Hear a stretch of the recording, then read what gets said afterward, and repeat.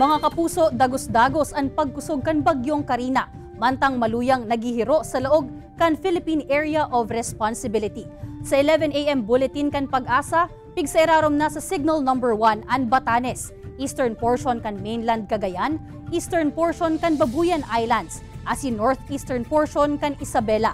Sigon sa Pag-asa, posibleng magkusog pa ang bagyong Karina, alagad nagtitinir na hababaan tsansa kaining maglandfall. Piglalaomang malawas ini sa PAR sa Miyerkules o Huwebes. Bubutungon man kan bagyong Karina ang duros habagat na mapauran sa dakulang parte kan nasyon. Sa datos kan Metro Weather, may tsansa nin uran sa Camarines Provinces, Albay, Sorsogon, Catanduanes, asin Masbate. Posible ang uran sa iba pang parte kan nasyon.